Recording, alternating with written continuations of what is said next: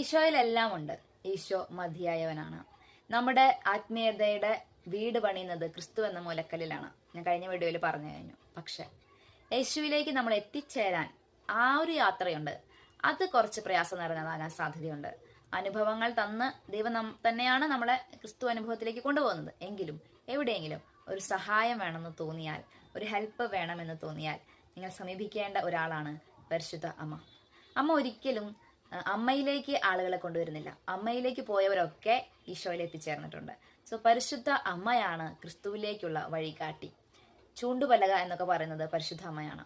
ഇനി ക്രിസ്തുവിലെത്തുന്ന അനുഭവം, അത് ദൈവം നിങ്ങളുടെ ആത്മാവിൽ നടത്തുന്ന ഒരു പ്രക്രിയയാണ്. അതിനുശേഷം ഈശോയിലൂടെ ദൈവം എന്ന പിതാവായ ദൈവത്തിലേക്ക് ഒരു യാത്ര കൂടിയുണ്ട്. പിതാവായ ദൈവത്തിൽ നിന്ന് വന്ന മനുഷ്യരൂപം സ്വീകരിച്ച യേശു ക്രിസ്തുവിനെ ആണ് നമ്മൾ സ്നേഹിക്കുന്നത്. അപ്പൊ അവർ ഒന്ന് തന്നെയാണ്. എങ്കിലും ദൈവം എന്ന പിതാവായ ദൈവം എന്ന ഒരു അനുഭവത്തിലേക്ക് ക്രിസ്തു നമ്മളെ കൂട്ടിക്കൊണ്ടുപോകും. അങ്ങനെ പരിശുദ്ധ അമ്മയിലൂടെ നമ്മൾ ഈശോയിലേക്കും, ഈശോയിലൂടെ ദൈവപരമായിട്ടുള്ള എല്ലാ കാര്യങ്ങളിലേക്കും, ദൈവികതയുടെ ആത്മീയതയുടെ പൂർണ്ണത എല്ലാം ക്രിസ്തുവിലുണ്ട്.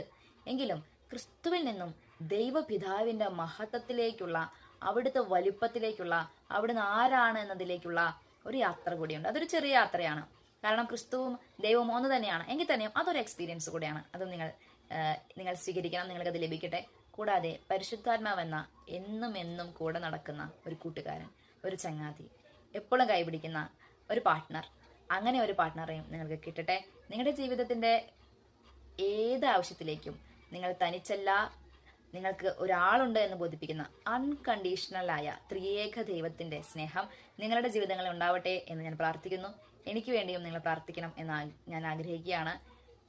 എളിയവരെയും ബലഹീനരെയും പാപികളെയും വിളിക്കുന്ന ദൈവം എന്നോട് എല്ലാ കാലത്തും കരുണയുള്ളവനായിരിക്കാൻ വേണ്ടി നിങ്ങൾ പ്രാർത്ഥിക്കണം.